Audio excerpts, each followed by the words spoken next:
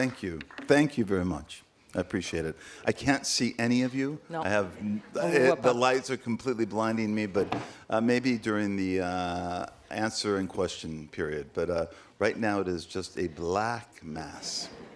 Bonsoir à tous, je suis ravie d'être ici aujourd'hui. Alors désolée, je ne vous vois pas, je suis totalement aveuglée par les lumières, mais peut-être que je vous verrai un peu plus tard dans la soirée. And I will try to keep my answers somewhat short and brief because I tend to ramble and go on.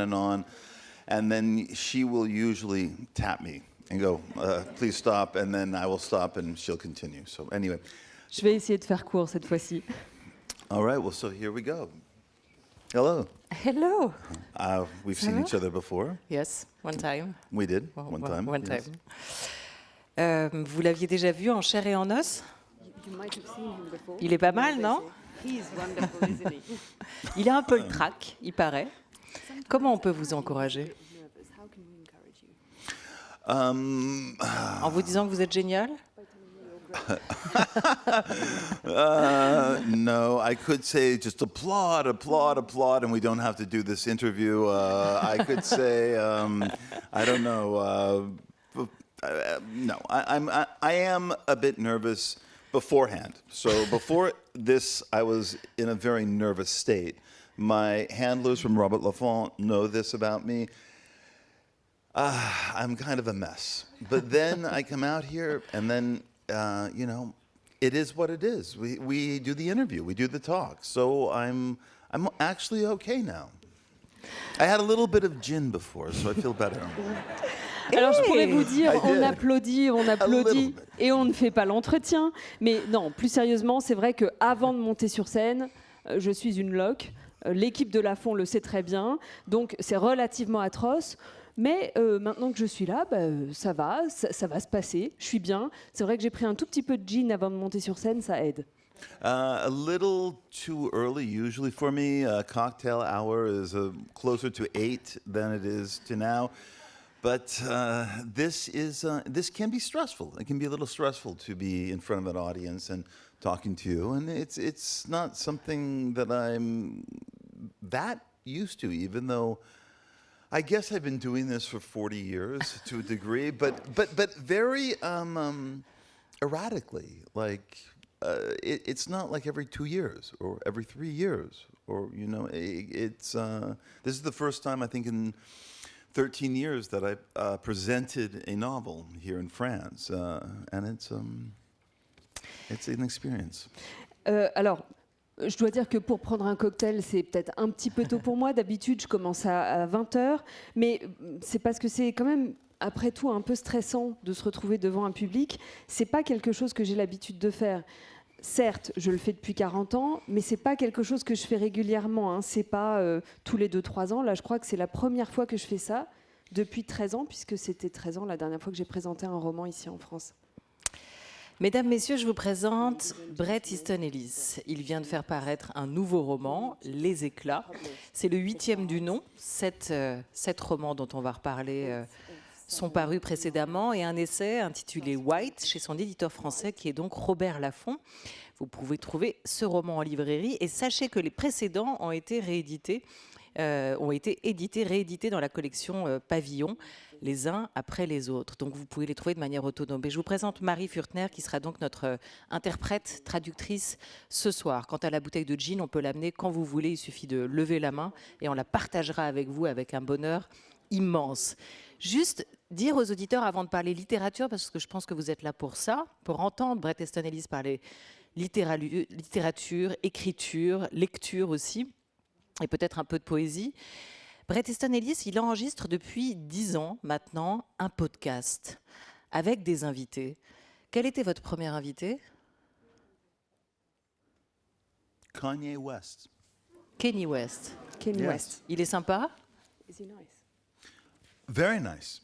Kanye West was my first guest on my podcast in 2013.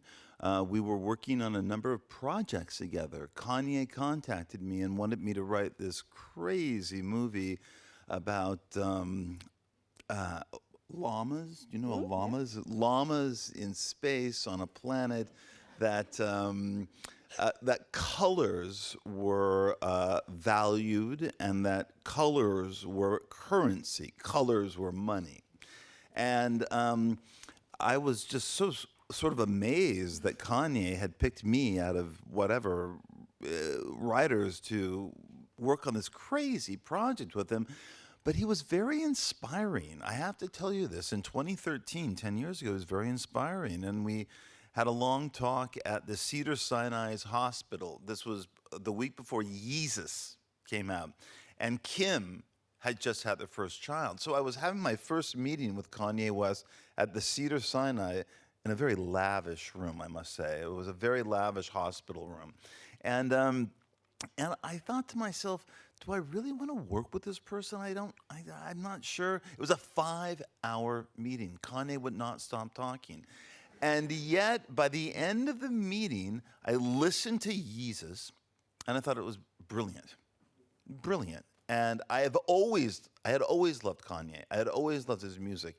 And so I decided to embark on a series of projects with him. And they lasted from about 2013 to 2018. And I write about them in white. I have an entire chapter devoted to Kanye West and my relationship in white. And I have not spoken to him since, for no other reason except that Kanye is Kanye, and whatever he wanted to use me for, or whatever he thought I could bring to a project, he no longer thought, and that's fine. Though he did want me to interview his wife, then wife, Kim Kardashian, for a kind of sex magazine, a dominatrix magazine that really is only read by about 20,000 people. It's an art magazine. And so Kim Kardashian, who I'd already met, had come over to the office in 2020 or something like that, actually right before the pandemic. And so that's my history with Kanye. Il est très sympa. Il est très sympa. C'était mon premier invité en 2013 et on a travaillé sur plusieurs projets ensemble. Il avait cette idée d'un scénario improbable avec des lamas sur une planète en plein milieu de l'espace où les couleurs avaient une valeur monétaire. Enfin bref, c'était absolument hallucinant de penser que c'était moi qui l'avais choisi parmi tous les écrivains pour faire ce projet complètement incroyable. Et c'était à l'époque où Yeezus venait de sortir, Kim venait d'accoucher de leur premier enfant, et on s'est retrouvés dans cet endroit absolument incroyable de Cedars-Sinai, un hôpital, et on a travaillé ensemble pendant 5 heures. Il n'a pas arrêté de parler, évidemment, pendant tout ce temps-là. Et à la fin de ces 5 heures, il m'a fait écouter Yeezus et j'ai absolument adoré. D'ailleurs, j'adore ce type, j'ai toujours aimé sa musique. Et donc, on a travaillé ensemble de 2013 à 2018. Et j'ai d'ailleurs consacré un des chapitres de White sur ma rencontre et ma relation avec lui. Et depuis, on n'a plus parlé. Parce que c'est comme ça qu'il est, hein. Simplement que probablement qu'il s'est dit que ce pourquoi il voulait m'utiliser à l'époque ne lui convenait plus, et donc on ne s'est plus reparlé. Mais ceci étant, j'ai revu sa femme de l'époque, donc Kim Kardashian, pour un entretien pour un magazine relativement intime de dominatrix, hein, lu par à peu près 20 000 personnes pour un entretien. Et donc, elle est venue me voir dans mon bureau en 2020. Je m'en souviens parce que c'était juste avant la pandémie. Wait, this is the problem. You asked me a simple question, and I should have just said Kanye West, and instead I went on this story. So I have got to help speed up the conversation a little bit more and not go into such great detail. So please, what is the next question? Alors voilà, vous voyez, c'est ça le problème. J'aurais dû répondre Kanye West et évidemment, je me suis embarquée dans une réponse sans fin. Donc je suis désolée. Question suivante. I could talk an hour about Kanye West and the craziness that we went through and all of the crazy projects he had, but we have limited time here, and I think there are other things that we want to talk about. So please go ahead, and I'll be a bit more brief. J'aurais pu parler de lui pendant 1 heure et parler de tous ces projets sur lesquels on a travaillé ensemble, mais je suis sûre qu'il y a d'autres questions bien plus intéressantes, donc je vous laisse poser vos questions. Je ne sais pas si elles sont plus intéressantes, mais en tout cas, on va essayer. Vous êtes écrivain, donc on imagine que vous vous intéressez aux mots, mais vous êtes aussi scénariste, vous avez bossé à Hollywood, donc Peut-être qu'on aura le temps de reparler de votre relation aux images, mais j'aimerais vous parler de votre relation aux voix, puisqu'on vient de parler de podcast, on vient de parler de votre voix à vous et de l'entendre. Et je voulais peut-être commencer par lire, si vous me le permettez, en français, et je ne suis pas comédienne, je ne suis pas une grande lectrice, mais un extrait de votre nouveau roman, Les Éclats, où Brett, le narrateur, le protagoniste, trouve chez lui une cassette audio avec les derniers instants enregistrés de Matt Kellner. Et voilà ce que vous écrivez. Cette voix était horrible, et même si elle avait l'air de sortir d'un jeune homme, c'était aussi une voix fausse, grognant et frémissant, une voix d'Halloween de quelqu'un qui essaie de vous faire peur. Elle répétait l'ordre « avale-le » à qui se trouvait là, puis elle s'arrêtait et on entendait alors quelqu'un pleurer. En tout cas, on avait cette impression, quelqu'un qui essayait de se contenir, mais échouait et pleurait de nouveau, puis essayait de parler en proie à la confusion ou sous l'influence d'un truc monstrueux qui le laissait affaibli, anéanti. « Je ne veux pas l'avaler », disait la voix. Déformé par les pleurs entre deux respirations. « Avale-le, avale-le », je joue très mal, je vous avais dit, sifflait la voix fausse, celle d'un homme imitant et déformant la voix d'une vieille femme. Elle était légèrement ramollie, comme si la bouche avait été pleine de nourriture. La voix fausse de monstre ne cessait de pousser l'autre personne. « Avale-le, avale-le ». Et la voix de garçon disait en pleurant « J'ai peur, je suis terrifiée, c'est quoi ces lumières? Oh mec !» Il y a eu une pause pendant laquelle on n'entendait plus que le garçon grogner jusqu'à ce que la chose intime de nouveau lui dise « Avale, chez lui, chie, avale ». Je me suis rendu compte qu'à un certain moment, dans mon fauteuil, à mon bureau, je me suis rendu compte que tout cela était bien réel, ce n'était pas joué et ce n'était pas une plaisanterie. Ce qui avait été enregistré était authentique. Il y avait trop de peur dans la voix du garçon et c'était tout à coup terrifié et j'étais tout à coup terrifiée moi aussi, comme je ne l'avais jamais été. Extrait de votre nouveau roman Les Éclats, Bret Easton Ellis, la voix. Tout passe par la voix dans cet extrait qu'on vient de lire. Mais qui est la voix de ce livre? Est-ce que vous êtes la voix de ce roman? Kanye West had an idea for a porno for Apple TV. He had an idea that we could make pornos off the life of Pablo, his record. He said, I want you to, I'm just joking. I wrote this so long ago. It's very difficult on a book tour to, look, I love writing. I love writing books. I love writing the scene. It was so exciting to me. But it was 2 years ago. And and it's not her fault. It's not her fault. It's not Robert Laffont's fault. It sort of is, I guess, my fault in a way. So that was a bit of a joke. But I actually do want to answer your question, which is what? What was the question? The question is, everything seems to go through voice, and what's your voice? Non, est-ce que vous êtes la voix de ce roman? I am the voice of the novel. I've always been the voice of every novel that I've written, starting from Less Than Zero to The Shards. I'm always feeling a certain emotion at a particular time in my life. That emotion is almost always pain. It's almost always confusion. It's fear. It's sadness. In this case, it was nostalgia. It was nostalgia for being 56 and 57 and thinking about being 17. And at that particular time in my life, for American Psycho, it was about me being a young man in Manhattan, and I did not like the world that I was supposed to be a part of, much like Patrick Bateman, who always is saying, I want to fit in, I want to fit in. And I kind of was that man too. I didn't know where else to go. So that novel was about that. Glamorama, in many ways, was the novel about this explosion of celebrity that I experienced after the cancellation of American Psycho. I had 32 publishers across the world. 31 of them canceled the book, refused to publish it. And I became this sort of notorious literary figure. And I wanted to deal with that in Glamorama. So every book is a reflection of where I am in the moment.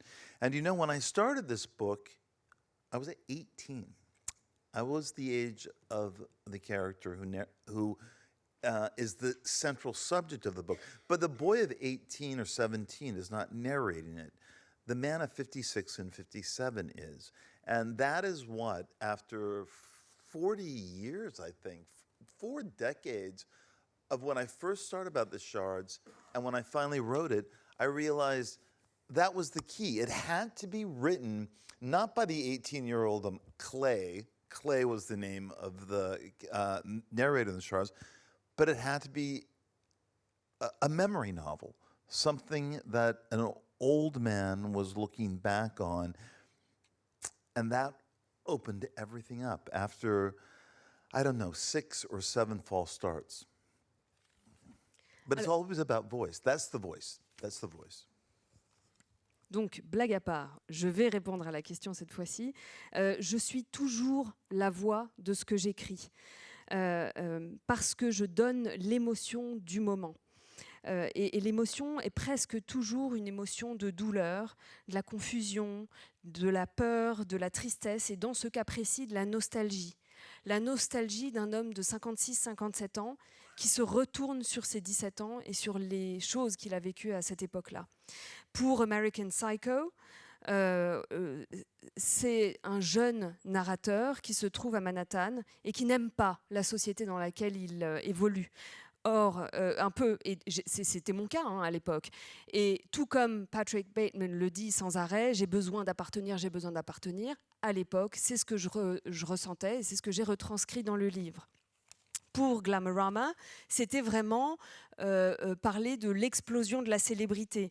Après la censure de American Psycho par 31 de mes éditeurs. Et évidemment, donc à ce moment-là, j'étais devenue une espèce de figure littéraire incontournable, et c'était de ça que je voulais parler dans Glamorama. Donc tous mes romans, quelque part, sont le reflet de ce que j'étais à ce moment-là. Alors évidemment, dans Les Éclats, le personnage est un personnage qui a 18 ans. J'avais 18 ans à cette époque-là. Et c'est lui le personnage central. Et c'est lorsque je me suis rendu compte qu'il fallait que le narrateur soit l'homme mûr de 56-57 ans qui se retourne sur ce qu'il avait vécu à l'âge de 17 ans, que tout s'est ouvert et que j'ai enfin pu raconter cette histoire que j'avais déjà en tête depuis 40 ans. Et donc le narrateur ne devait pas être Clay à l'âge de 17 ans qui raconte, mais bien moi, plus âgé, qui raconte cette histoire. Vous parlez beaucoup de nostalgie, vous dites que c'est un roman de la nostalgie. Vous avez aujourd'hui 59 ans. Comment vous regardez ce garçon de 18 ans que vous étiez? Est-ce que vous lui pardonnez tout?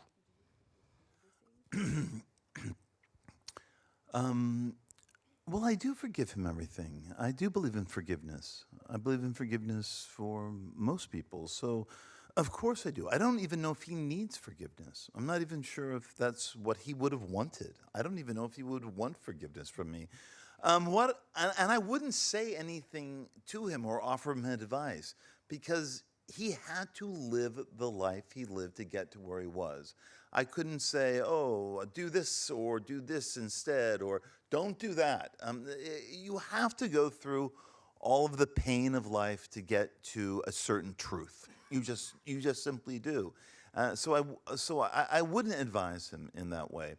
What I did remember about him while I was writing The Shards was that he had a very full life to a degree. The Shards is about a very bad year. It's not about my entire adolescence. My adolescence was filled, I wrote 2 novels before Lesson Zero. I went to 5 movies a week. I listened to every band that came out. I had a rich life. I had a very rich life.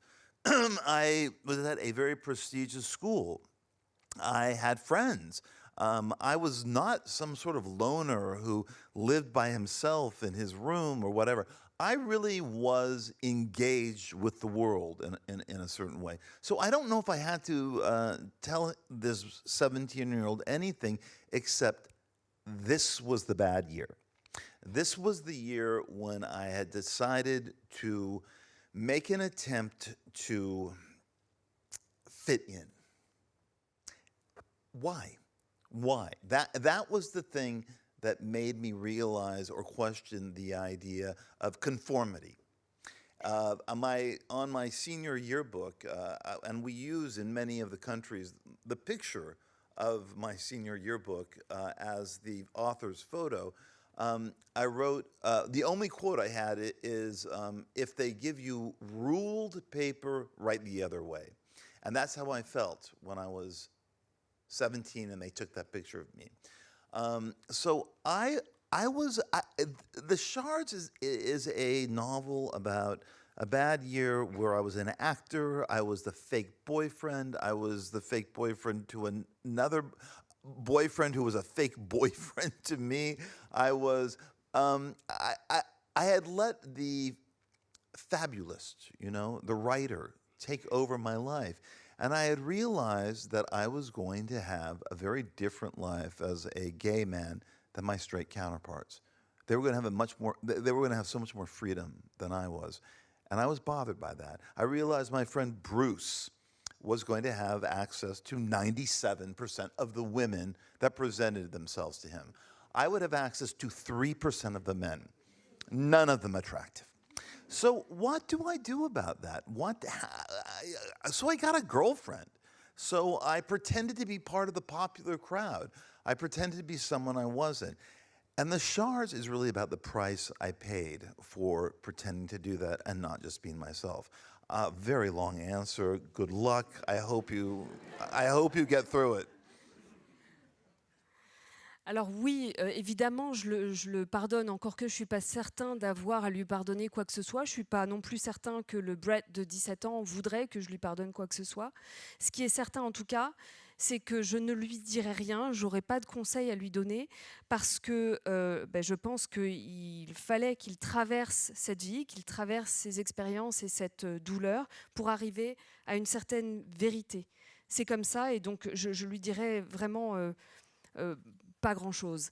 Je me souviens que en tant qu'adolescent, j'ai vécu une vie très épanouie. C'est simplement que l'année de terminale, qui est donc le sujet de ce roman, a été une très très mauvaise année. Mais sinon, de manière générale, je dois dire que j'avais déjà écrit 2 romans avant de me mettre à écrire moins que 0. Je voyais environ 5 films par semaine au cinéma. J'écoutais absolument tout ce qui sortait en termes de musique. J'avais une vie très épanouie. J'allais dans une école très prestigieuse, j'avais de bons amis, j'étais pas du tout un loup solitaire et je gravitais dans un monde qui me convenait à l'époque. Donc je dirais rien au Brett de 17 ans, sauf à lui préciser que vraiment c'était la terminale, l'année absolument atroce.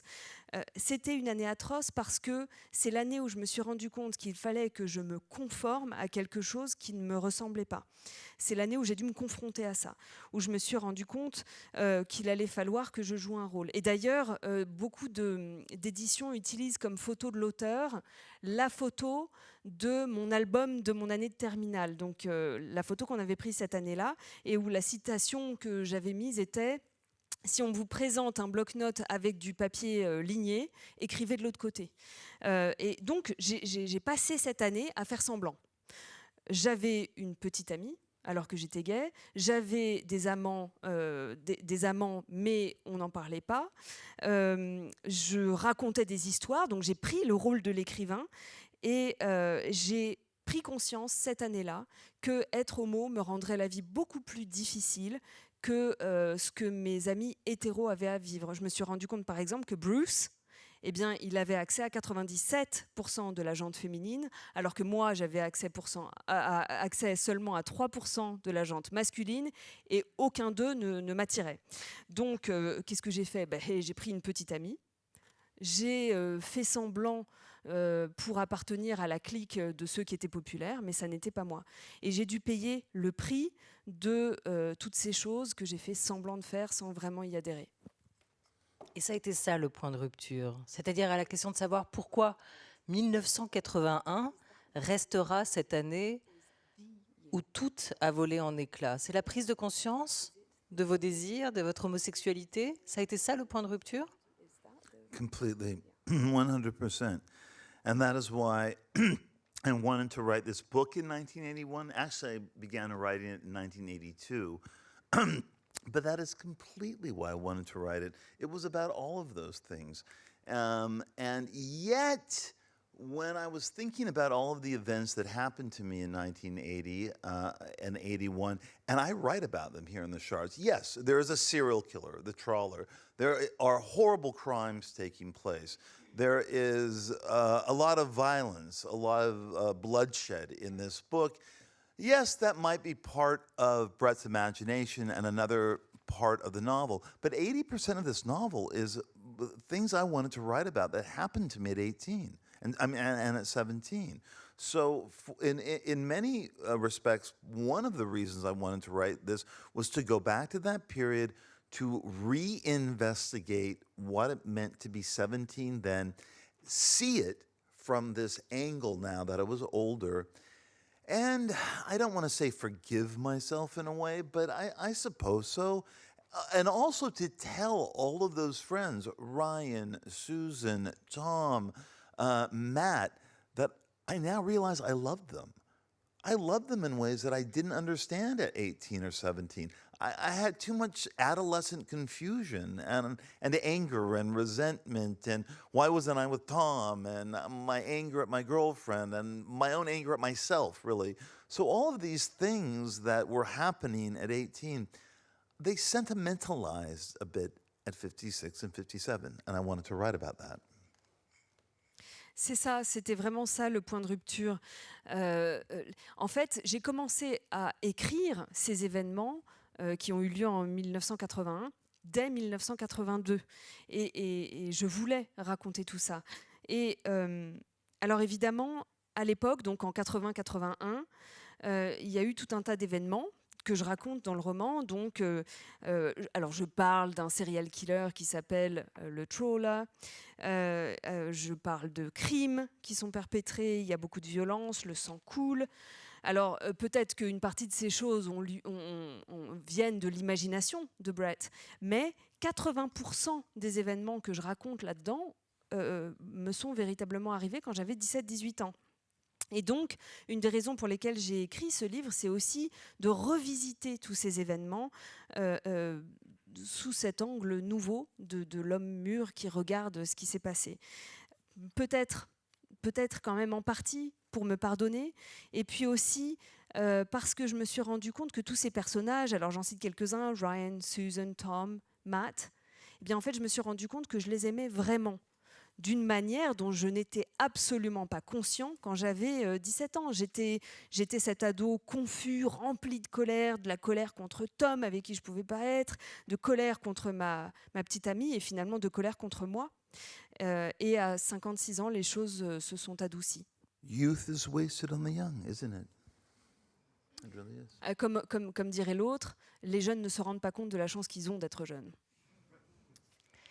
Mais alors aujourd'hui, pourquoi Tom, pourquoi Suzanne, pourquoi Matt, pourquoi ceux que vous aimez tant, ou vous avez réalisé avec le temps que vous les aimiez tant, pourquoi vous les faites autant souffrir dans ce roman? Oh, I've never been asked that before. On m'a jamais encore posé cette Interesting question. question. Intéressant. Because I felt that I made them suffer. I felt that I made a lot of people suffer when I was 17, and I did. The character of Ryan Vaughn, for example, was a closeted athlete at our school, quite handsome. I thought I was going to live with him the rest of my life. I thought we were in some kind of daydream together, some kind of love thing, whatever. We just happened to be two of the only gay guys in the school, and we located each other like secret agents in a way. And we had this affair. We had this affair that I write about quite honestly in the book. I told a friend. I told a close friend about it. And then Tom found out. Oh, I used his real name. Tom. Ryan. Ryan found out. And we had a fight. And he never spoke to me again, ever. He never spoke to me again. One of the reasons why I wanted to write The Shards is I started looking up the character of Ryan Vaughn in the spring of 2020, trying to find him on Facebook, trying to find him on social media, and there was no one there. He didn't have any sort of presence on social media. It haunted me. It haunted me a lot. I wanted to talk to him and explain to him now what I was going through then that I could not quite communicate. I couldn't quite communicate at 17, but now at 56 I can.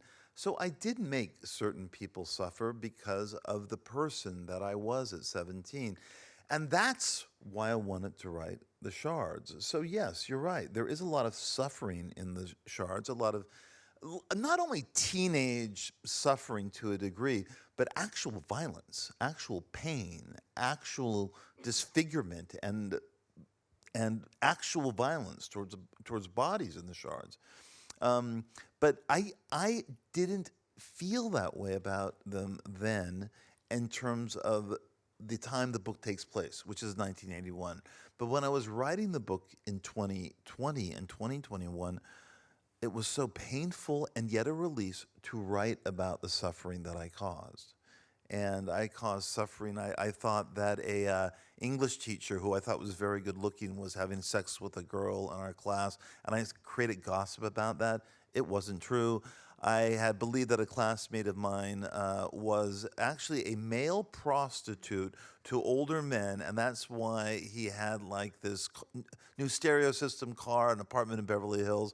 And when I wrote about him in less than zero. I called him Julian. The real Julian, my friend Dominic, read the book and called me up and said, "Are you fucking crazy? You thought I was a male prostitute who was like trying to pay back a drug dealer? You really got things wrong that year, man." And he was right.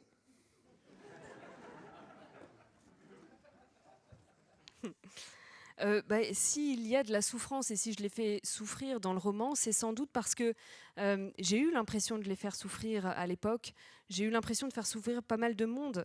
Par exemple, le personnage de Ryan Vaughn dans le roman est un athlète gay qui n'est pas sorti du placard. Et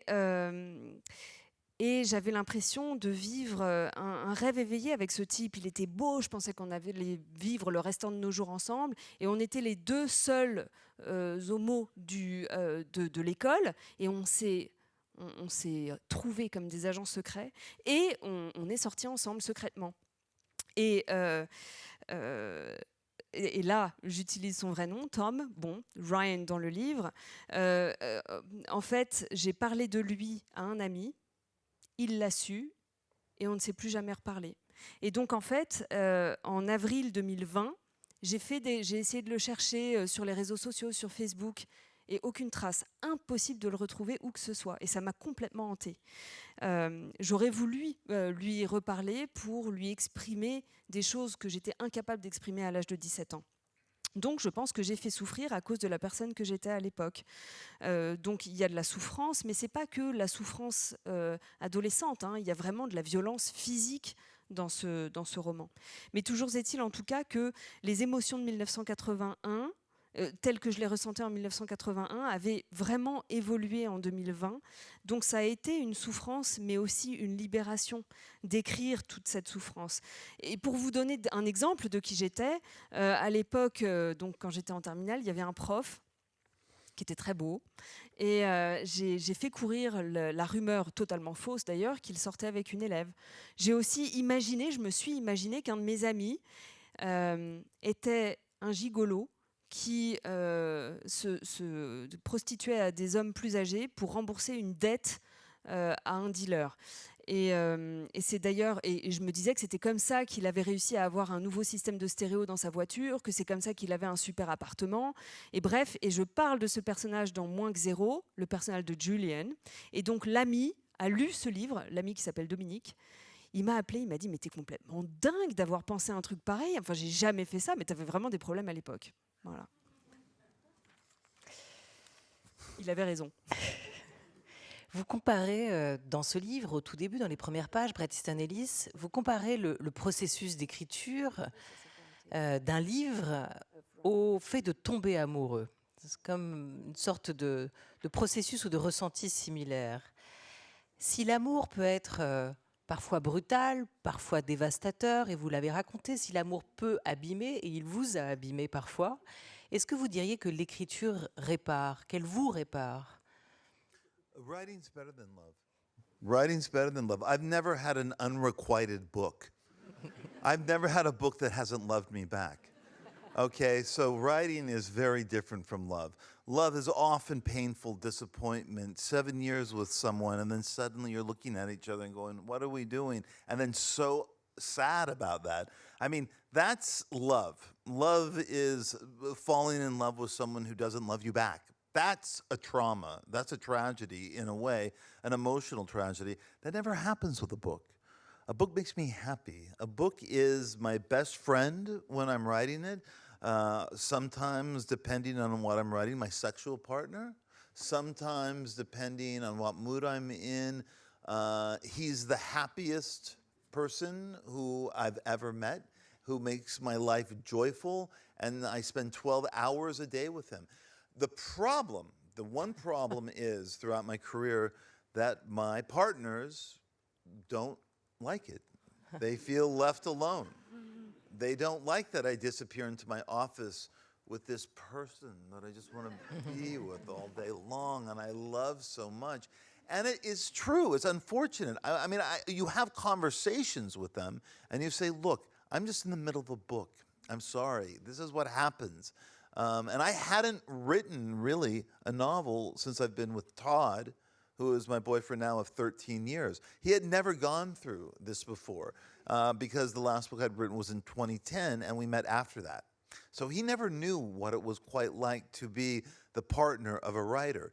And for about a year and a half, 2 years, when I was working on The Shards, he understood it, you know, and he became a drug addict. Funny, not funny. I don't know if the connection is there. I don't know, but he was very alienated from me. And I try not to be because, you know, I work hours that are pretty much 10 to 7. You know, I don't work all night. I'm not obsessed that way. I have a very regulated way of working. But still, I was thinking about the book 24/7. Thinking about the book 24/7 when I was driving to the store, when I was watching a movie, when we were walking through a shopping mall together, whatever. So I think it is hard for the partner in a way, but no, love is dangerous. Romance is dangerous. Books are bliss. Bliss. Bon, écrire, c'est quand même mieux que l'amour. Pourquoi ? Parce qu'il m'est jamais arrivé d'aimer un livre et que ça ne soit pas réciproque. Donc, c'est très, très différent. Tomber amoureux, ça peut être excessivement douloureux, ça peut être décevant. On passe 7 ans avec quelqu'un et au bout de 7 ans, on se regarde dans les yeux, on se dit « mais qu'est-ce qu'on est en train de fabriquer ?» Et c'est horriblement triste. On peut aimer quelqu'un et ne pas être aimé en retour. Et c'est vraiment une tragédie en termes d'émotion. C'est triste. Alors que écrire, c'est heureux. Le livre devient notre ami. Pour moi, ça peut devenir, selon l'humeur, mon partenaire sexuel. Ça peut devenir la personne la plus heureuse, la personne qui me rend heureuse. Je travaille dessus 12 heures par jour. Pour les partenaires, par contre, c'est moins drôle parce que je disparais toute la journée pour aller travailler sur le livre. Donc c'est dommage, mais c'est comme ça et je suis obligée d'expliquer que je suis en train de travailler sur un livre. Et Todd, qui est mon partenaire depuis 13 ans, n'avait encore jamais vécu ça puisque le dernier livre que j'avais écrit datait de 2010 et je l'ai rencontré juste après. Donc, il comprenait absolument pas ce que ça voulait dire de sortir avec un écrivain. Et donc pendant 1 an et demi et 2 ans, ou 2 ans, il a dû supporter ça et il a fini par comprendre. Et dans ce laps de temps, il a commencé à se droguer. Alors, est-ce que c'est drôle ? Est-ce que c'est pas drôle ? En tout cas, la corrélation est là. Et il a ressenti un certain isolement. Pourtant, je suis pas un fanatique. Je travaille pas toute la nuit. Je travaille de 10h à 19h. J'ai besoin d'un planning assez structuré. Mais je dois bien admettre que le livre, j'y pensais 24 heures sur 24, 7 jours sur 7, que je sois en train de conduire pour aller au supermarché, qu'on soit en train de regarder un film, qu'on soit en train de déambuler dans un centre commercial. Donc, je pense que l'écriture, c'est difficile pour le partenaire. Mais, en résumé, l'amour, c'est dangereux. Écrire, c'est génial. Mais c'est ça. Alors aujourd'hui, vous n'avez plus d'amis. Today, you have no friends left? No. Plus d'amis. Mais surtout, vous ne correspondez plus du tout à l'image sulfureuse qu'on a de vous, avec la drogue, l'alcool, le sexe en permanence. En réalité, vous bossez entre 9 h et 19 h, vous êtes végane, vous buvez de Yes. l'eau, What? et il n'y a plus de sexe dans votre vie. Well, I've been in a relationship with 13 years. No, there isn't really any more sex. Ça fait 13 13 ans que years je suis avec quelqu'un with d'autre. 2 gay men. No, that goes away after a bit. Yes, my life is very simple as an older man. And I do have to say, and I'll make this short, I'll make this brief, is that whole myth of Bret Easton Ellis, that whole idea of the bad boy, the dark boy of literature, you know, yes, I like to do drugs. I did. And I went to parties. I was young. It wasn't as if I was doing it at 65 or whatever, or if I was making like pornos like Michelle Welbeck or doing things like that. I was simply young and I liked to go out. And so I liked to do some cocaine and go to a nightclub. It was fun because I was young. It wasn't as if I was like, whatever, 60. But you know what was more fun than cocaine? Writing. For me, writing was more fun. And I think that is what kept me from being an addict. I could control the drug use. I could say, yes, Friday night, Saturday night, but we are not going to do it Tuesday or Thursday night because I need to write from Monday to Friday. So, because it was more fun. If Coke was more fun to me, I would have done a lot more Coke, but I didn't. But I do think there was this image of me as being an out-of-control bad boy when you would be shocked how regulated my life was. Shocked. So controlled. I made my bed in the morning. Me, not a housekeeper. I did it. Donc oui, ma vie est en fait très simple. Et je dois dire que ce mythe qu'on m'a créé du bad boy de la littérature, bon, alors certes, j'étais jeune, donc oui, j'aimais bien prendre de la drogue, j'aimais bien aller à des fêtes, mais j'étais jeune, c'est pas comme si j'avais 65 ans, je suis pas comme Michel Houellebecq qui fait encore du porno, non, donc je prenais de la coke pour aller dans des clubs, c'était sympa, mais j'étais jeune.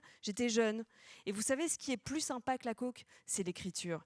Et c'est comme ça que je ne suis jamais devenue véritablement droguée, j'ai toujours contrôlé ça.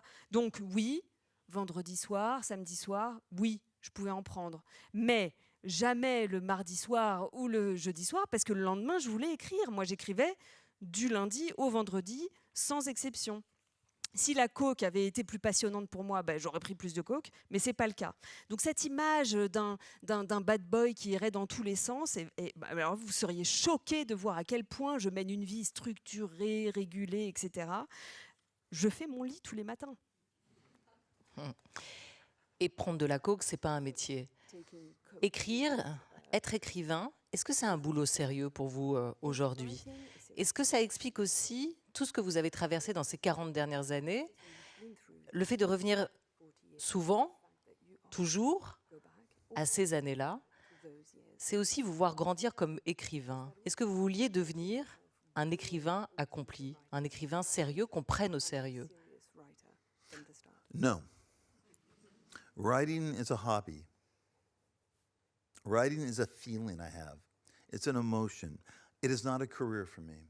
If it was a career, I would have published 4 novels between Imperial Bedrooms and this. I would have asked Robert Laffont for a 3-book advance. I will have each book every 18 months. You can publish the paperback. We can do the deals with Curtis Brown and my agents at CAA. That's a career writer.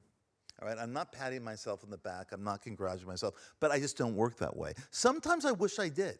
Sometimes I wish I had a book that I was constantly working on.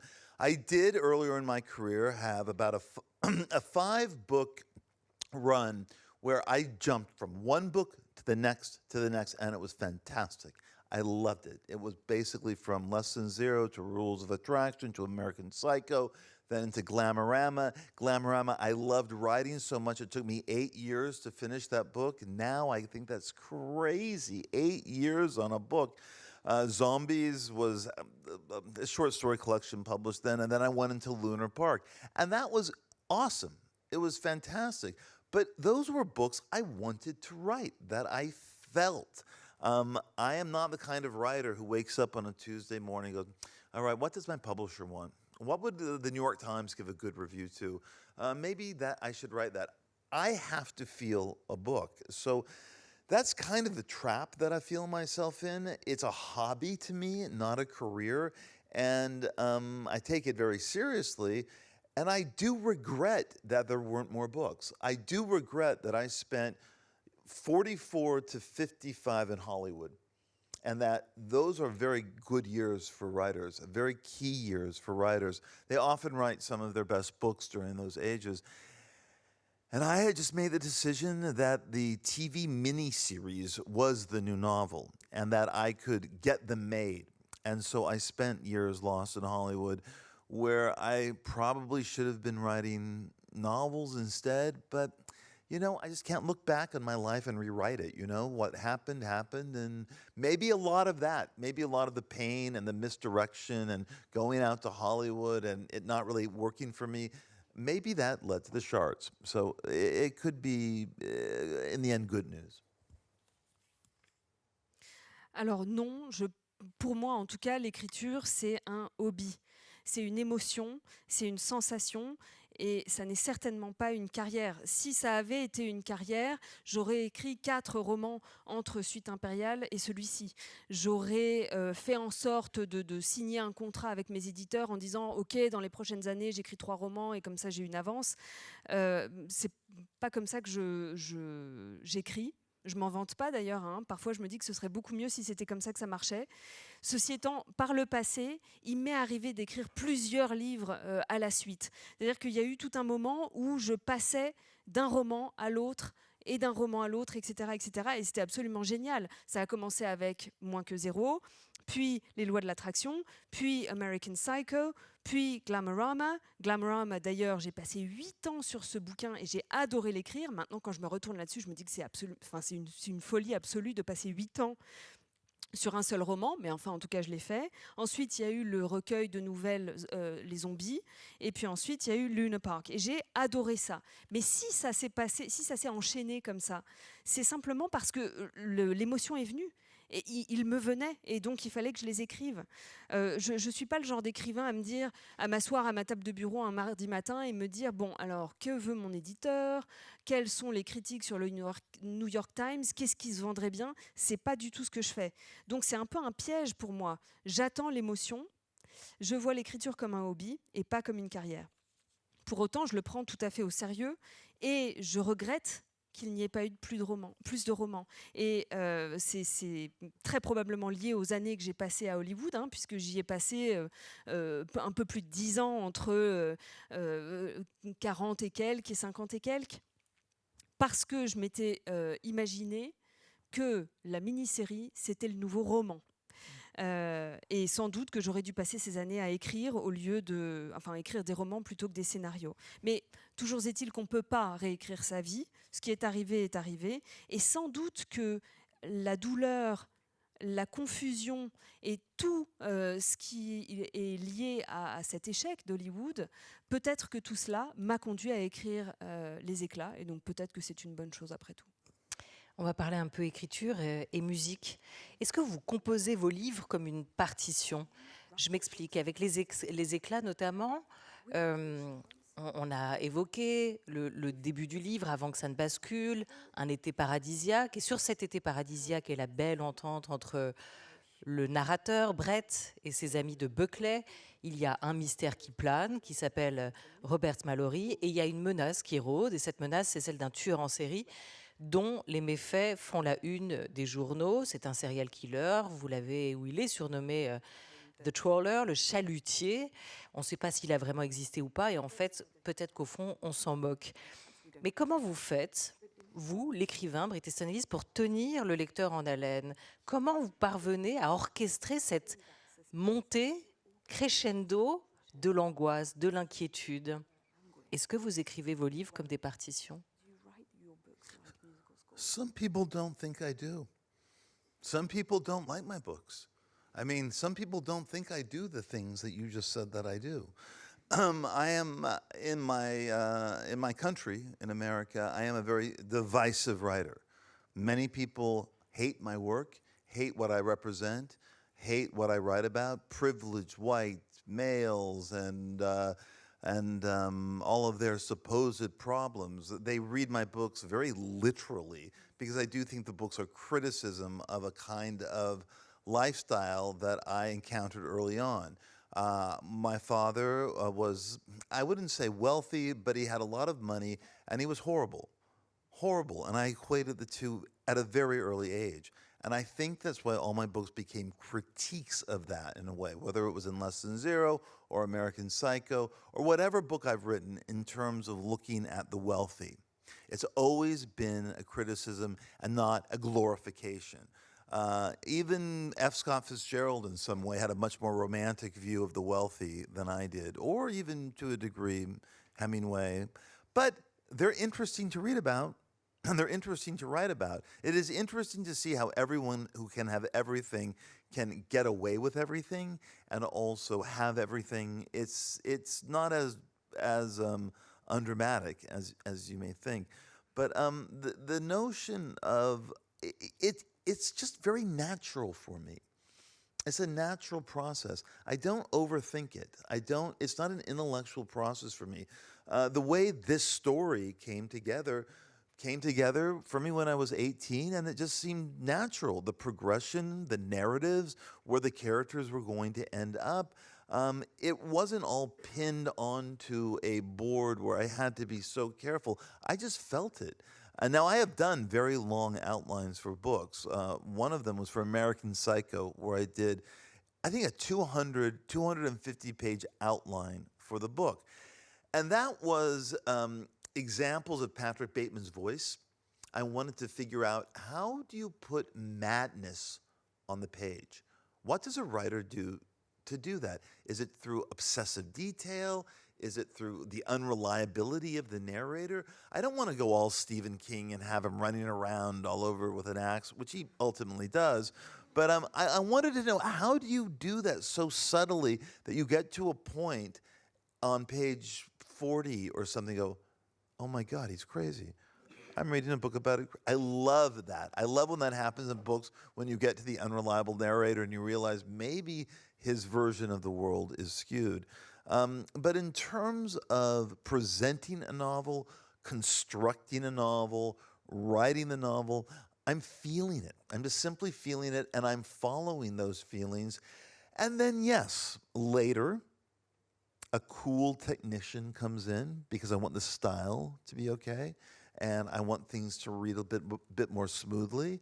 And so there is a technical process to it. But I would say 80% of the process of writing a novel is pure feeling and emotion. Alors, tout le monde ne serait pas d'accord avec ce que vous avez dit de ma manière d'écrire et de ce que j'écris. Il faut savoir qu'aux États-Unis, les avis sont très partagés à mon sujet.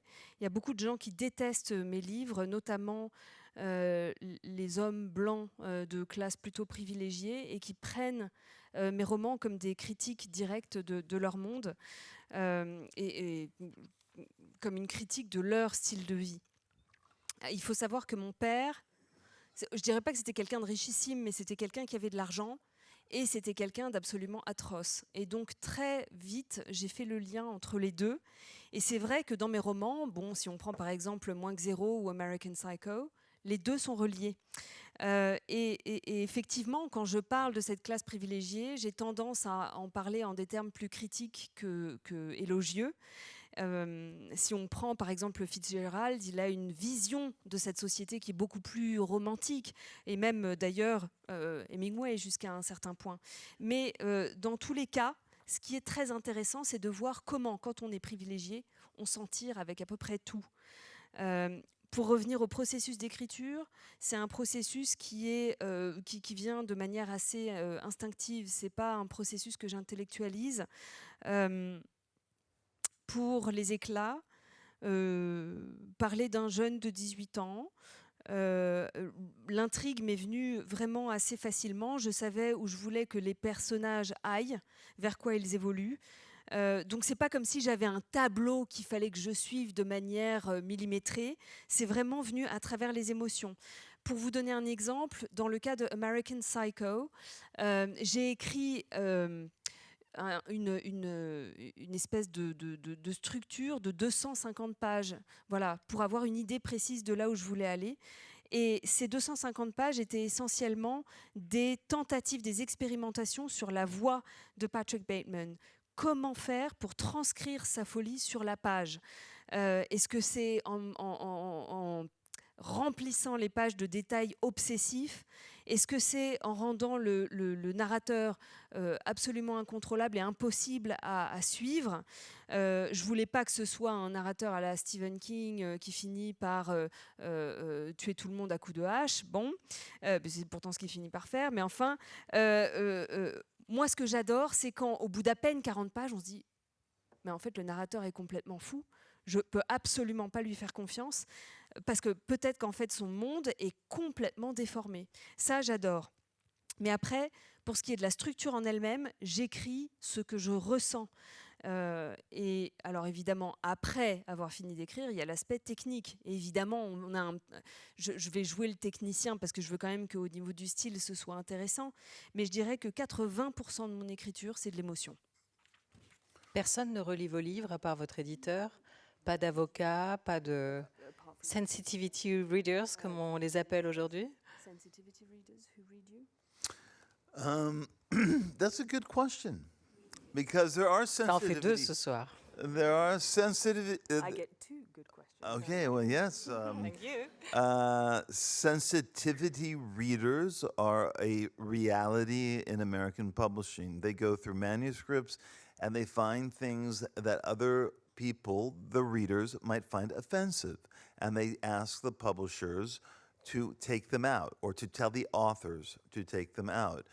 A classic example that bothered me immensely when I first heard about it was a novel written by a middle-aged woman about two women going through a divorce. They wanted to meet about the infidelities of their separate husbands. One of them decided upon a Chinese restaurant. And then one of them made a joke about something called MSG. Does anyone know what MSG is? It's a mythical Chinese flavoring that's put into food to make it taste more Chinese, whatever it is. Sensitivity reader came across this and said it's racist. This is a racist thing. They cannot go to the Chinese restaurant. They can't, or she can't make the joke about that. So instead, they made the writer have this conversation in a coffee shop. This is just a mild example of what's going on. I did not have that much problems because I think after American Psycho, I mean, my God, what more could I write? And that book was canceled. So, you know, I don't know. I don't agree with it. I think that art is a window. I think it's a door.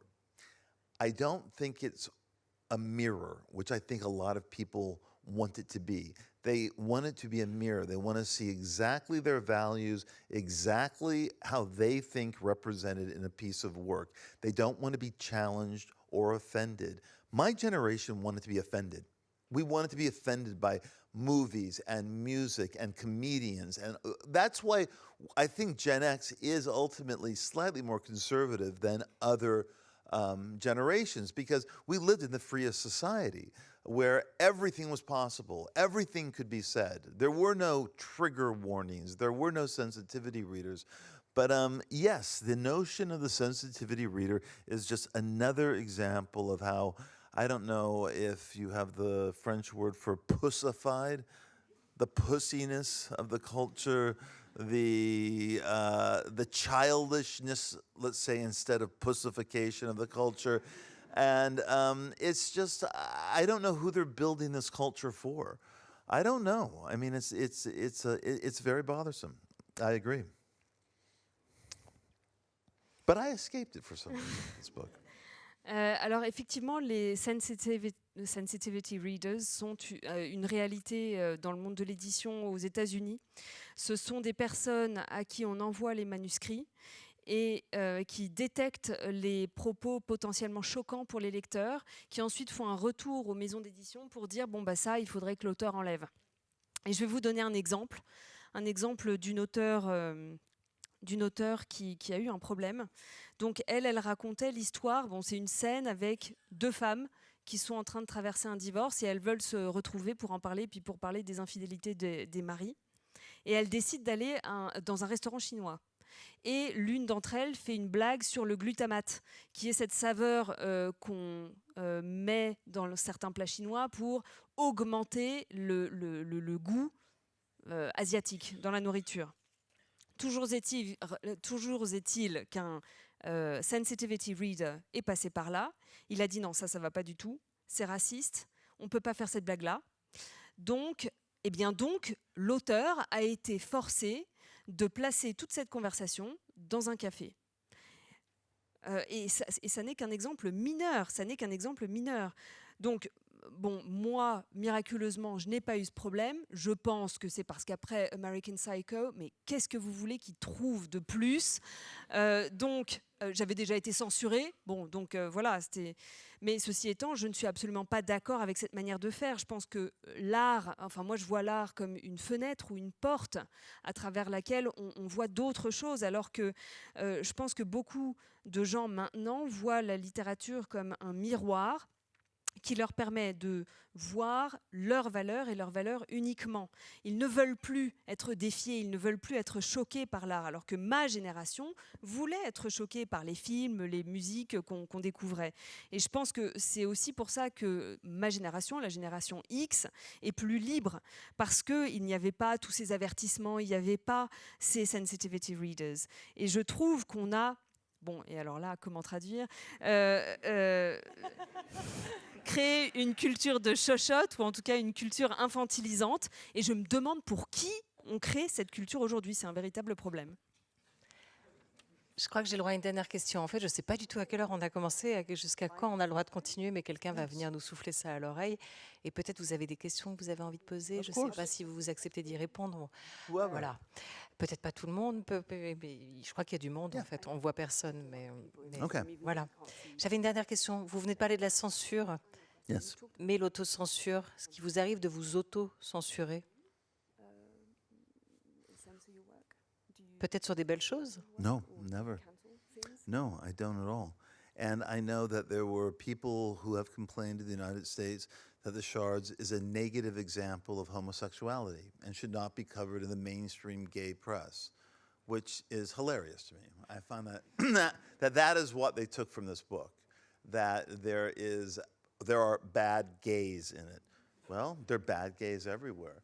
I mean, I think one of the funniest things that was said in recent years is when Meryl Streep was asked about what she thought about toxic masculinity. And she said, what about toxic femininity? Don't you think that exists too, if you want to be equal with everybody? There were some questions about why didn't I go deeper into the story of the Nicaraguan maid that takes care of bread and her story in East LA.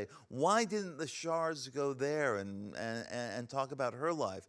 Or the black butler that works for the Schaefers, who lives in Baldwin Hills and has a son. And okay, guys, we're not dealing with that kind of book. We're dealing with a book about an obsessive young guy who is rewriting a person, a narrative, and then, well, no spoilers. I mean, we won't talk about that. But I think people kind of want that. They want this kind of overall widescreen inclusivity that just often doesn't make sense for certain works of art and certain movies and certain books. But do I ever censor myself? Have I ever censored myself? No, I never have. And some people have said you should, and I haven't. Certainly my boyfriend said, when he read this book, said, it's too long. It could be cut by about 100 pages. I had a hard time getting into it, and then I kind of loved it, and I raced through it. But anyway, so but I didn't cut those pages, so no censoring. There's no point. There's no point in creating if you're censoring. Donc non, je me suis jamais censurée. Je pense que... alors oui, anecdote. Quand les éclats sont sortis aux États-Unis, il y a eu quand même une partie de la presse gay qui m'a reproché d'être trop négatif sur les gays. Alors moi, j'ai trouvé ça hilarant parce que, donc, ils ont lu le livre et c'est ça qu'ils ont tiré du bouquin. Ça. J'ai envie de dire, bon, des homos méchants, il y en a aussi dans la vraie vie. Ça me fait penser à ce que Meryl Streep a dit quand, il y a quelques années, on lui a demandé ce qu'elle pensait de la masculinité toxique. Et elle a répondu du tac au tac. Et on en parle de la féminité toxique si on veut être égal, vraiment, dans la conversation. Donc, on m'a aussi reproché de ne pas avoir suffisamment raconté l'histoire de la domestique qui vient du Nicaragua et qui s'occupe de Brett. Pourquoi est-ce qu'on ne parle pas de sa vie à elle ? On m'a aussi demandé pourquoi on ne voit pas dans plus de détails pour ce qui est de la vie du majordome noir qui s'occupe de la famille des Schaeffers. Et bon, j'ai envie de dire, c'est pas de ça qu'on parle, c'est pas le sujet du roman.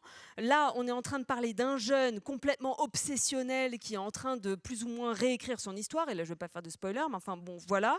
Donc, j'ai vraiment l'impression que les gens veulent une espèce d'inclusivité qui n'a pas de sens pour la majorité des projets artistiques, des films et des livres qui sortent. Donc, est-ce que je me suis déjà censurée ? La réponse est non. Il y a des gens qui me disent que je devrais, mais je ne le fais pas. Et mon petit ami, quand il a lu Les Éclats, m'a dit « c'est trop long, tu devrais enlever 100 pages, tu pourrais couper à mort. Ça met un peu de temps à se mettre en place, même si après c'est génial et on lit tout ça d'une traite. Mais je n'ai pas coupé de 100 pages, et donc non, je ne me censure pas. » Merci beaucoup, Bret Easton Thank you. Ellis. Thank you so very much. Thank you. Merci Marie, bravo. Now I can see everybody. Yeah, I can see people now. Ah, so nice. And then there was light. Then there was light. Yeah, fantastic.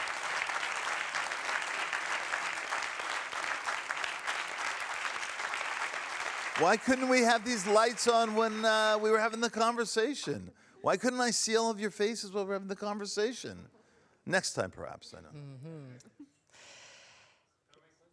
Oui, c'était le premier qui a levé la main. Est-ce que vous arrivez sans micro, sinon je vous l'apporte tout de suite.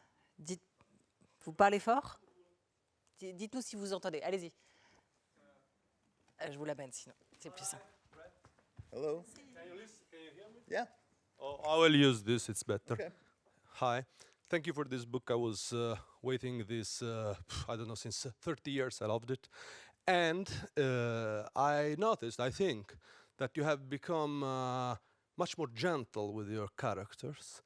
I would like to ask if you agree with that, and if the figure of Robert Mallory is somehow the black spot where you put your ancient rage and evilness, even if in a literary way, to acquire this more subtle and more gentle eye on your own characters. Thank you.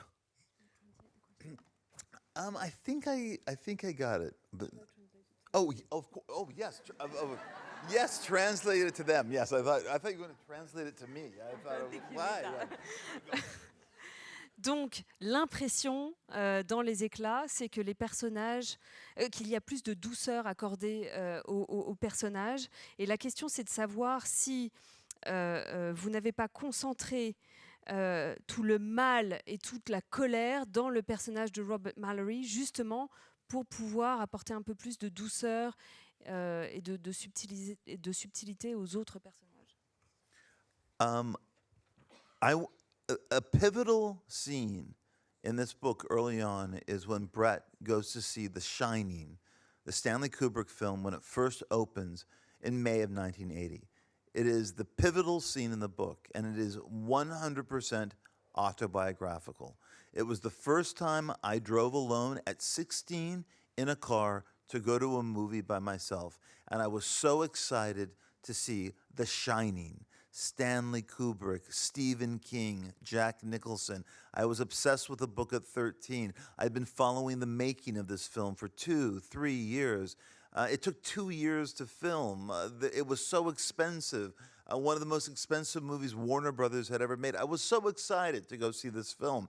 And I went that day and I wrote exactly about it in the shards. What I was wearing, I remember exactly what I was wearing. I remember I was listening to Elvis Costello and Joe Jackson and The Clash in the car as I drove to that show in Westwood.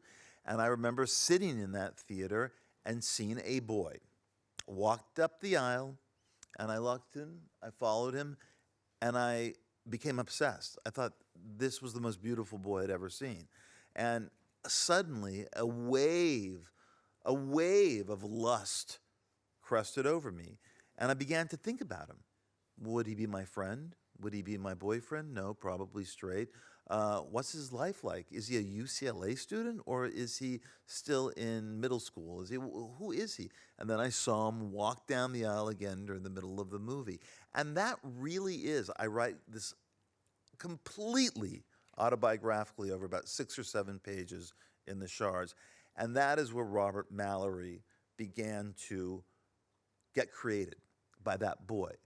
And the notion that what I was doing when I saw that boy was I was creating a narrative about him. I was creating a character out of someone I'd never talked to, someone I didn't know at all, and that was where the seeds of the shards took place. And then very, very quickly, the boy who wanted to write the shards at 18 tried to write it, but he was writing less than 0. And he was still in that style. So the shards in 1982 was, I am hung over as I drive to the stable. Debbie is standing wearing a white tennis skirt. I did cocaine last night at the party. I parked my BMW by the tree. I'm wearing topsiders. So it was a completely different style than the style of this book, which is, I'm finally, when I was writing it, you know, an older man at 56, 57, and I had nothing to hide. There was no kind of cool 18-year-old pose. So this gentleness, or whatever you suggest that I feel about the characters, was it gentleness? Was that what he said? Subtlety. Yes, subtle, yes. Happened with age. That's a very long answer, but I think you can handle it. I think you can do it. Alors j'aimerais répondre en vous parlant d'une scène qui est vraiment un pivot, un tournant dans le roman. C'est le moment où Brett va au cinéma pour voir The Shining, qui vient tout juste de sortir, donc le film de Kubrick, qui est sorti en mai de 1980, et toute cette scène est entièrement vraie. C'est-à-dire que je me souviens, c'était la première fois que je conduisais tout seul au volant de la voiture pour aller au cinéma et voir un film tout seul. C'était absolument génial. Et je me souvenais, donc Kubrick, Stephen King, Jack Nicholson, ça faisait 2 ans que je suivais le truc, parce que le film avait mis du temps à se faire. C'était un des films les plus chers de l'histoire à l'époque. Et pour cause, je me souviens encore de tous les détails. Je me souviens de ce que je portais à l'époque. Je me souviens de la musique que j'écoutais, notamment Elvis Costello, The Clash, etc. Et je me suis installée dans la salle de cinéma et j'ai vu ce garçon descendre dans l'allée du cinéma. Je suis devenue complètement obsédée. Il était absolument magnifique. Et j'ai été submergée par cette vague de désir. Et j'ai commencé à me poser des questions et à me raconter des histoires. Est-ce que ça serait un ami? Est-ce que ça serait mon petit ami? Sans doute pas, il est hétéro. Qu'est-ce qu'il mène comme vie? Est-ce qu'il va à UCLA? Est-ce qu'il est encore dans le secondaire? Et voilà, donc 7 pages dans le roman qui sont absolument vraies, et c'est comme ça que j'ai créé le personnage de Robert Mallory. Et en fait, c'est comme ça que j'ai créé je me suis rendu compte que j'étais en train de créer un personnage. J'étais en train de raconter l'histoire de cette personne que j'avais vue, et je créais son histoire.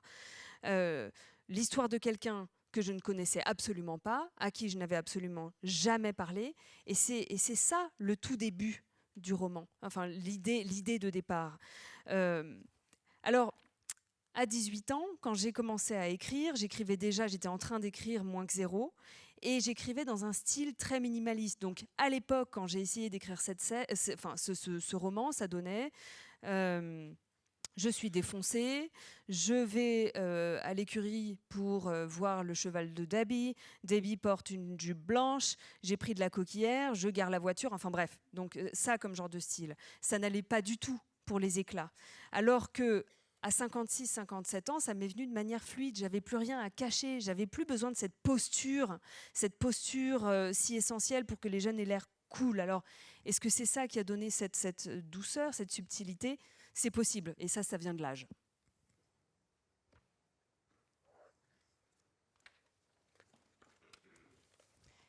Il faudra aussi une femme après, on va faire un jeune, un plus âgé.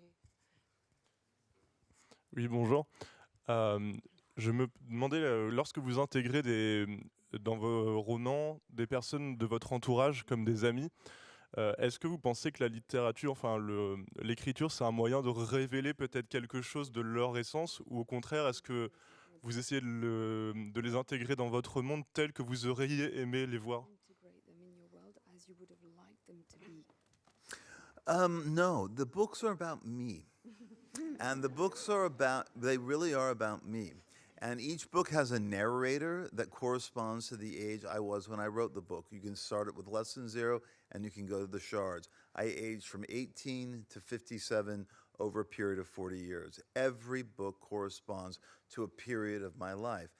Sometimes I use my friends. Sometimes I've used people I've been in love with that I've had relationships with. Sometimes I've written about people who didn't love me back, unrequited love. Sometimes I've written about friends in ways that they've been amused by, and there have been one or two times where they have not been amused by. But I never ever, that is not so essential to me, because most of the time I'm creating a fictional narrator based on my pain.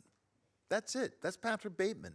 And I'm really not investigating Bret Easton Ellis's real life with his real friends and his real partner. I've never really done that. That's not what I've done. So the books become these fictional worlds. I do know that sometimes, as in the case of Julien, my friend Dominic, who read that book and said, "You thought I was a male prostitute?" Well, I still found Julien very sympathetic, and I didn't portray him, in a negative way. I like Dominic a lot. I just thought maybe he was a male prostitute. I don't know, in my head. But I did get the other day, I got a Facebook message. I don't really look at Facebook messages. My boyfriend does. Somehow the Facebook message went to a Gmail. I don't know why. And the message was very, very simple. And I said I didn't recognize the name. And the message simply said, of all the names that you could have chosen, why did you call me Debbie? 40 years. 40 years. And so I wrote her back and said, I hope you enjoy my fictionalized version of our senior year. And then she wrote me an email, and I think maybe when I get back to LA, we will actually maybe have dinner together. I didn't recognize, she'd been remarried, so I didn't know who it was. So she seems okay with her portrait of Debbie Schaefer. And there's also, there's a sequence in The Shards where Bret, at 17, goes to the Beverly Hills Hotel, thinks he's meeting a producer who's going to make his terrible script into a movie. He's 17, he doesn't know any better, and the producer just wants to have sex. This completely happened. I wrote it exactly how it happened from the moment I drove from the house on Mulholland all the way to leaving the Beverly Hills Hotel. He contacted me. I actually met him in the 90s over at some party or something. And then I got a note from him about 2 weeks ago, a very simple email. He's in his 70s now, maybe even older, and saying, I love The Shards. Love The Shards. So those are the only two people who have come forward and said they like The Shards who are in The Shards. What are you going to do with that answer? I don't know. I feel I'm very sympathetic to you that you have to give that. All right. Bon, alors je vous arrête tout de suite. En fait, les livres, ils parlent de moi. C'est à chaque fois le narrateur a l'âge que j'avais quand j'ai écrit mes romans. Et ça commence avec moins que 0 jusqu'à Les Éclats. Et donc, ça va de mes 18 ans à mes 57 ans. À chaque fois, mes romans retracent les périodes que je traversais à ces époques-là. Donc parfois, j'inclus des amis, des amoureux. Parfois, les gens qui sont inclus dans ces romans sont contents de voir ce que j'ai fait d'eux dans mes personnages. Parfois, ils sont moins amusés. Mais ce n'est pas ça l'essentiel. J'écris avec un narrateur fictif et c'est basé sur ma douleur à l'époque, exactement comme Patrick Bateman. Donc ce qui m'intéresse, ce n'est pas de parler du vrai moi, ni de mes vrais amis ou de mes vrais, des vraies personnes que j'ai côtoyées. C'est totalement fictif. Et pour reprendre l'exemple de Julian, le fameux, Dominique qui a lu le livre et qui m'a dit que j'étais complètement cinglée, c'est un personnage plutôt sympa. Moi, je l'aimais beaucoup, ce personnage, et j'ai pas l'impression de l'avoir montré de façon négative, mais c'est vrai que dans ma tête, à l'époque, je pensais que c'était un gigolo. Bon. Et pour vous donner un élément de réponse quand même, j'ai reçu, il n'y a pas très longtemps, un message sur Facebook. Alors, ne me demandez pas pourquoi c'est arrivé sur Gmail, j'y comprends absolument rien. C'est mon petit ami qui s'occupe de mes réseaux sociaux. Et donc, je n'ai pas reconnu le nom de la personne qui m'a envoyé le message. Et le message était très simple, il disait « De tous les noms que tu aurais pu choisir, pourquoi est-ce que tu as choisi de m'appeler Dabi ? 40 ans. » Alors je lui ai répondu en lui disant j'espère que cette histoire basée sur notre année de terminale t'a plu et peut-être que quand je rentrerai à Los Angeles, on ira dîner ensemble. Elle s'était remariée entre-temps, c'est pour ça que j'ai pas reconnu son nom. Mais voilà, ça l'a pas dérangé que je raconte l'histoire de Dabi Schaefer. Il y a une autre séquence dans le livre qui est absolument véridique, donc où Brett va voir un producteur de films dans un hôtel parce qu'il est convaincu que le producteur va l'aider à monter un film, alors qu'en réalité, tout ce que le producteur veut, c'est coucher avec lui. Ça m'est véritablement arrivé, ça. Et tout ce que je décris du début à la fin est absolument vrai. Lui, il m'a contacté. Je l'avais revu une fois dans les années 90 lors d'une fête. Et j'ai reçu un mot il y a environ 2 semaines de lui. Il a 70 ans maintenant, il a vieilli. Et il m'a dit qu'il avait adoré le bouquin. Donc voilà, j'ai eu 2 réponses de personnages réels. Et les 2 m'ont dit qu'ils avaient adoré le livre. Une dernière question, je suis désolée. Et alors, monsieur, il faut choisissez-vous.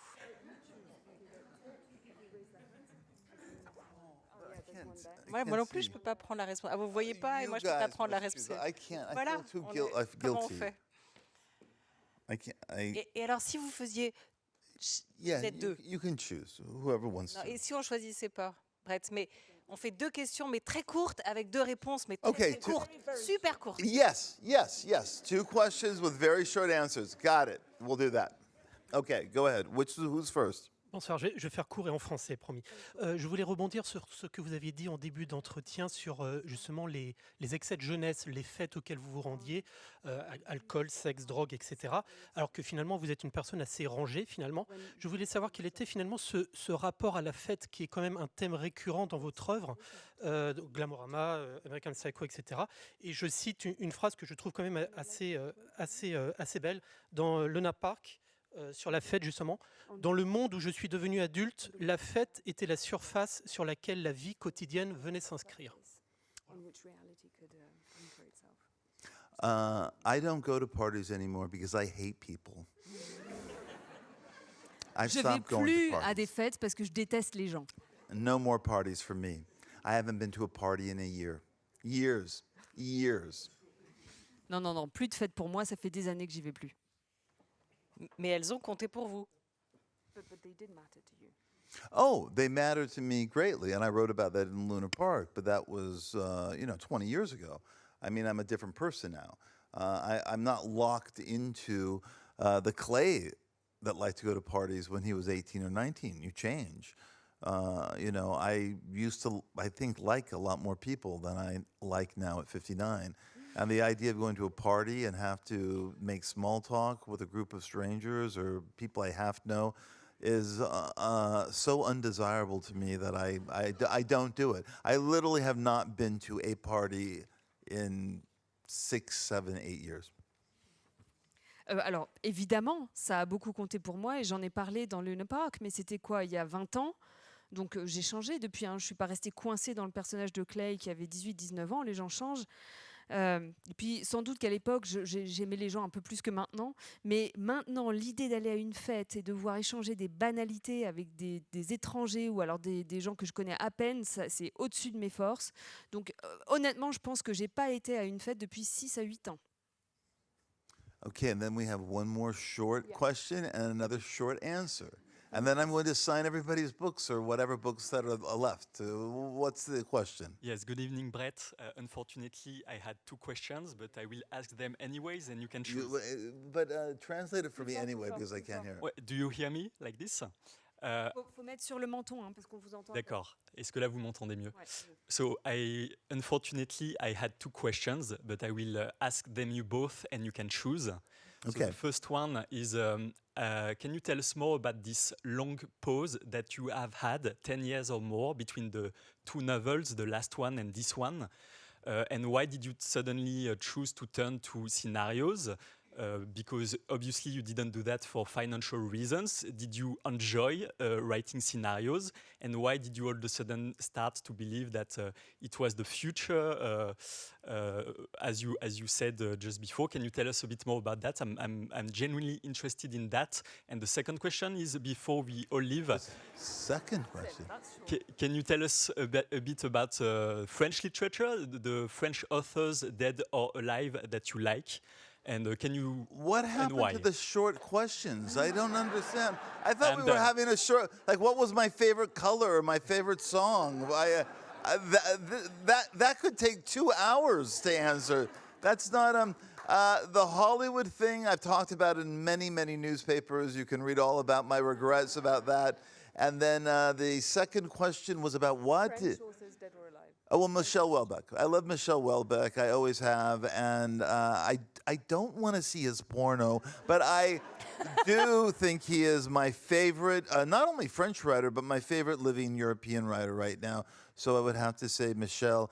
And we have not seen each other for over 20 years. We should get together, or maybe not. I don't know. But anyway, so that's my answer for that. Alors, Hollywood, j'en ai parlé en long, en large, en travers. Vous lirez ça dans la presse. Et pour l'auteur, Michel Houellebecq, je n'ai pas envie d'aller voir son porno, mais je dirais que non seulement c'est mon écrivain français préféré, mais c'est mon écrivain européen encore vivant préféré.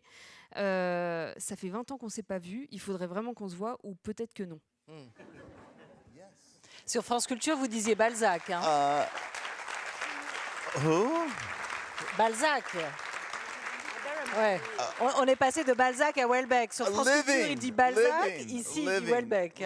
Ah, living. And Il y I avait le know, mot living. D'accord. and I know Frederick Bejerbeck is going to kill me when I say that. That's Michelle Houellebecq, but I understand. I'm happy to sign whatever books. We're going to take a quick break while I go outside, and then I'm going to go up there and sign the books. Je voulais juste vous remercier 1000 fois. Vous, d'abord, d'être venu jusqu'en France thank you. et d'avoir permis cette rencontre. C'était un bonheur. Thank you. Remerciez votre traductrice incroyable. She did Marie the great Furtner. job. She did the good job. Oh, God for the heck. All right, guys.